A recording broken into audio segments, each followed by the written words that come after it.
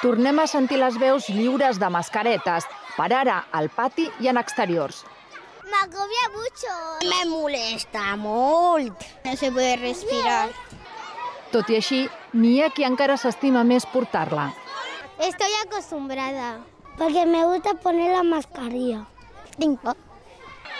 La mascareta és necessària per allunyar el virus, però també allunyar l'expressió de les emocions.